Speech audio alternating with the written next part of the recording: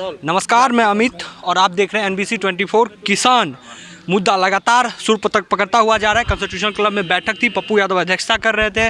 आज फिर आप लोगों ने बैठक किया, लगातार आप धरना भी दे रहे हैं, बैठक में भी जा रहे हैं, क्या कुछ निर्णय निकला है? अब लगातार आप देखिए, एक कमेटी बनेगी और जन संसद की भी बात हो रही है। बिहार में 14 तारीख से किसान मजदूर रोज़गार यात्रा लगातार दाऊद नगर और हर जगह शुरुआत होगी। और कैसे किसान के मुद्दों को, क्योंकि नेताओं का परिवार वहाँ बैठा नहीं है, नेताओं को दर्द नहीं, तो कैसे किसान के साथ वैसे जन अधिकार पार्टी पप्पू यादव लगातार करिए। लेकिन देश में जिस तरीके से गुरनाम सिंह जी, संत जी, अशोक तंवर जी और सभी लोगों ने जिस तरीके से एक माहौल, और पंजाब के सारे MLA यहाँ मौजूद थे सभी पार्टी के, और जिस तरीके से विभिन्न राज्यों से लोग, विभिन्न पार्टियों से लोग यहाँ मौजूद थे, तो मुझे लगता है कि निश्चित रूप से एक व्यापक जन संगठन बनाने की आवश्यकता है। और 26 तारीख के पहले एक जन संसद कैसे लगे, क्योंकि संसद की कोई उपयोगिता अब वहाँ लगती नहीं, गिरा गई है।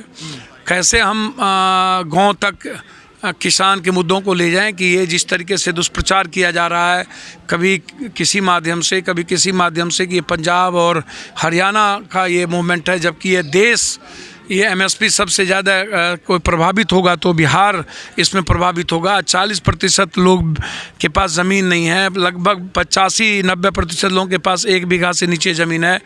किसान जो 3 एकड़ से ऊपर है वो बहुत कम संख्या में है।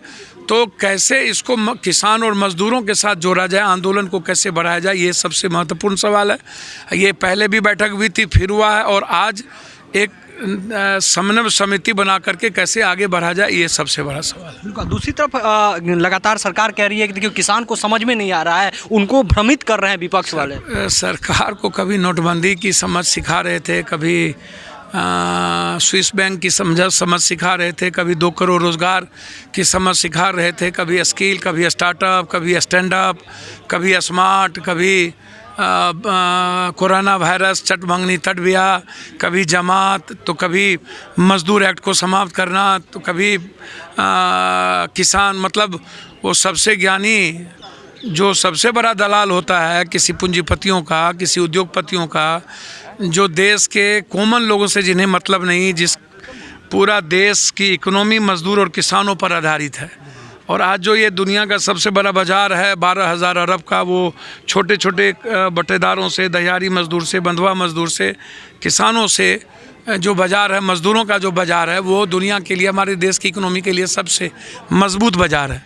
और इस तरीके से मुझे लगता है कि लगातार अपमानित करना ये सही नहीं है। मैं समझता हूँ कि ये लड़ाई देश की लड़ाई ही है, 130 करोड़ लोगों की लड़ाई, और मजबूती के साथ इस लड़ाई को हम लोग जीतेंगे। एक आखिरी सवाल है। नीतीश कुमार ने आप बोले हैं कि समझ नहीं पाए कि कौन दोस्त था और कौन दुश्मन। समझ रहे वो नीतीश कुमार जी से पूछे, वो जल्दी समझ गए, बहुत अच्छा लगा। नीतीश कुमार समझदार हैं। अच्छा। वो अच्छा पहलवानी करना जानते हैं। ये सुना, नीतीश कुमार समझदार हैं, अच्छा पहलवानी करना जानते हैं। कॉन्सेप्ट आप समझ सकते हैं कि इसमें क्या है, कि अच्छा पहलवानी करना जानते हैं। दिल्ली से NBC 24 के लिए अमित चौधरी की रिपोर्ट। निहाल नमकीन पकौड़ी, स्वाद का बादशाह।